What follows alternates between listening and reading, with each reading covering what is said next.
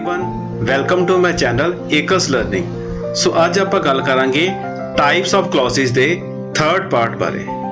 सो जे तुसी इन्हां दा फर्स्ट ते सैकेंड पार्ट नहीं देखिया तो उन्हां दा लिंक मैं डिस्क्रिप्शन बॉक्स में दिता है। प्लीज़ पहला दोवें पार्ट देख लो तां ही तुहानूं थर्ड पार्ट समझ आ जाएगा। So without wasting any time let's start this video. So first part which आपां गल कीती सी जी नाउन क्लॉज बारे। सैकेंड पार्ट विच आपां गल कीती सी एडजेक्टिव क्लॉज बारे। तो अज आपां गल करांगे adverb clause means the third clause.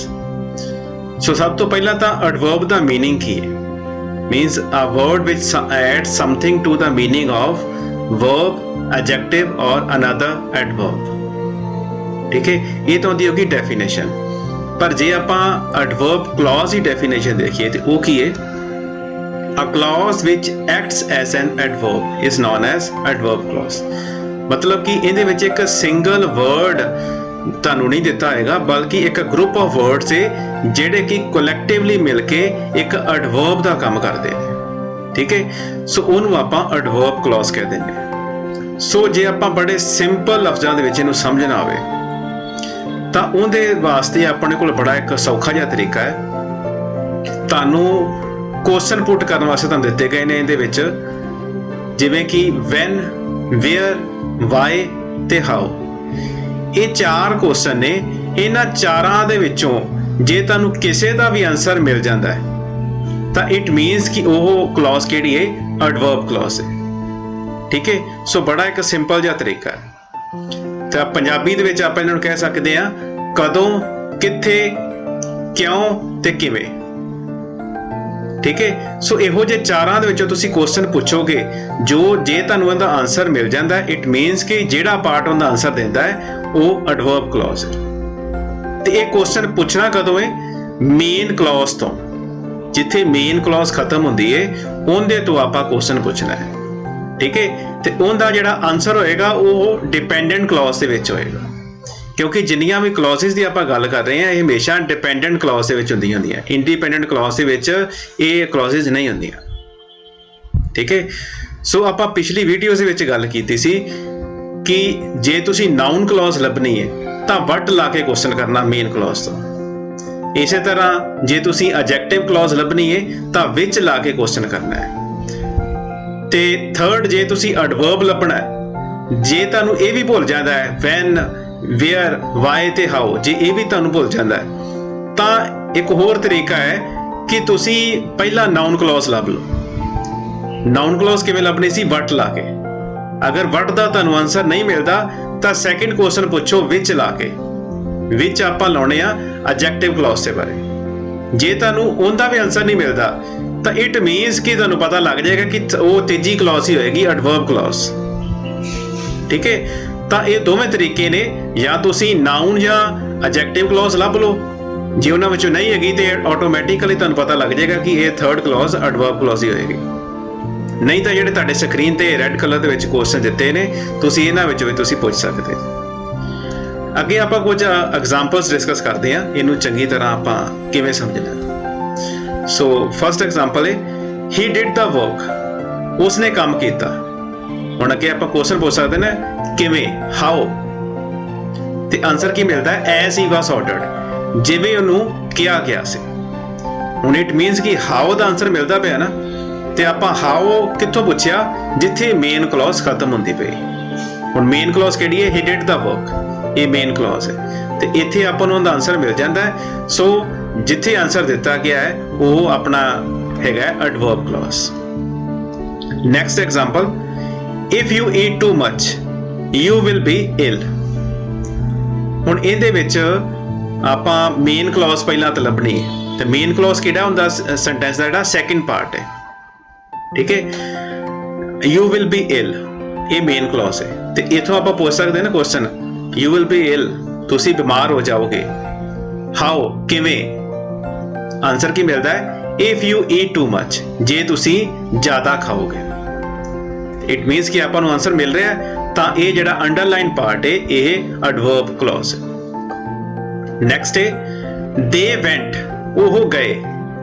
कित्थे गए, वेयर, आंसर की है वेयर लिविंग वाज चीपर, जिथे कि रहना सस्ता से। आंसर मिल गया आपां नूं वेयर दा। इट मीनस कि जिहड़े अंडरलाइन जिहड़ा पार्ट है वो एडवर्ब क्लॉज है। नैक्सट है टेक अ लैंप, लैंप लैके जाओ, वाई क्यों क्वेश्चन पूछते हैं तो आंसर की मिलता है बिकॉज नाइट इज डार्क, क्योंकि रात बहुत गहरी है। ठीक है, सो इट मीन्स कि ये अंडरलाइन पार्ट एडवर्ब क्लॉज है। नेक्स्ट है on his return we asked him many questions. हुण इहदा सैकेंड पार्ट जिहड़ा है सेंटेंस दा जिहड़ा अंडरलाइन जिहनूं नहीं कीता गया वो मेन क्लॉज है। ठीक है, we asked him many questions when, कदों पूछिया उहनूं क्वेश्चन, आंसर की है ऑन हिज रिटर्न, जदों वो वापस आया। तां ਤੁਹਾਨੂੰ ਇਹ ਪਤਾ ਲੱਗ ਗਿਆ ਹੋਵੇਗਾ ਕਿ ਆਪਾਂ ਇਹਨਾਂ ਕੁਐਸਚਨਸ ਨੂੰ ਪੁੱਟ ਕਰਕੇ ਤੁਸੀਂ ਆਨਸਰ ਲੱਭ ਸਕਦੇ ਹੋ। ਠੀਕ ਹੈ, ਬੜਾ ਇੱਕ ਸੌਖਾ ਜਿਹਾ ਤਰੀਕਾ ਹੈ ਇਹਨੂੰ ਐਡਵਰਬ ਕਲੌਜ਼ ਨੂੰ ਲੱਭਣ ਦਾ। ਅੱਗੇ ਐਡਵਰਬ ਕਲੌਜ਼ ਨੂੰ ਹੋਰ ਚੰਗੀ ਤਰ੍ਹਾਂ ਸਮਝਣ ਲਈ ਕੁਝ ਹੋਰ ਐਗਜ਼ਾਮਪਲਸ ਨੇ ਤੁਹਾਡੇ ਸਾਹਮਣੇ। ਸੋ ਫਸਟ ਐਗਜ਼ਾਮਪਲ ਹੈ ਸ਼ੀ ਵਾਕਡ ਐਜ਼ ਸ਼ੀ ਵਾਜ਼ ਐਨ ਓਲਡ ਲੇਡੀ। ਹੁਣ ਪਹਿਲਾਂ ਤਾਂ ਆਪਾਂ ਇਹਦੇ ਵਿੱਚੋਂ ਮੇਨ ਕਲੌਜ਼ ਲੱਭਣੀ ਹੈ। ठीक है, तो मेन क्लॉज किहड़ी है शी वॉकड। ठीक है, हुण आपां इत्थों आपां क्वेश्चन पुछांगे, मेन क्लॉज इत्थे खत्म होंदी शी वॉकड। ठीक है, तो इत्थे आपां क्वेश्चन पुछ सकदे ने किवें, हाउ, वो तुर के गए किवें, ते आंसर की मिलदा है as she was an old lady, जिवें कि वो एक बजुर्ग औरत होवे। इट मीनस कि आपां नूं आंसर जिहड़े पार्ट चों मिल रहा है वो हो गया एडवर्ब क्लॉज। या मैं तुहानूं दूजा तरीका भी दस्सिया सी कि तुसी पहला नाउन या एडजेक्टिव लभ लो।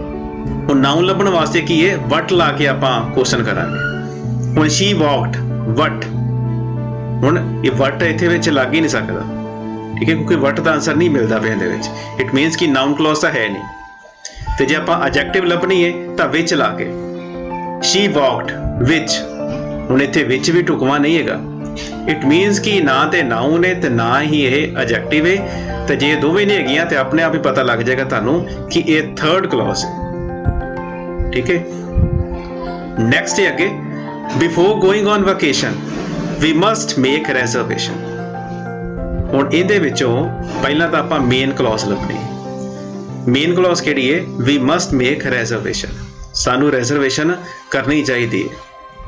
ठीक है, तो उनका आंसर की मिलता पिया वैन का आप इतों वैन ला के क्वेश्चन पूछ सकते हैं वैन कदों रिजर्वेशन करनी चाहिए है बिफोर गोइंग ऑन वैकेशन, जदों असी छुट्टियां ते जाते होइए। इट मीनस कि जिहड़ा अंडरलाइन पार्ट है वो एडवर्ब क्लॉज है। थर्ड एग्जांपल है unless you run fast you will miss that बस। हुण इहदे विचों भी पहला आपां मेन क्लॉज लभनी किहड़ी है, तो मेन क्लॉज किहड़ी है you will miss the bus. ठीक है, तो ये मेन क्लॉज हो गई।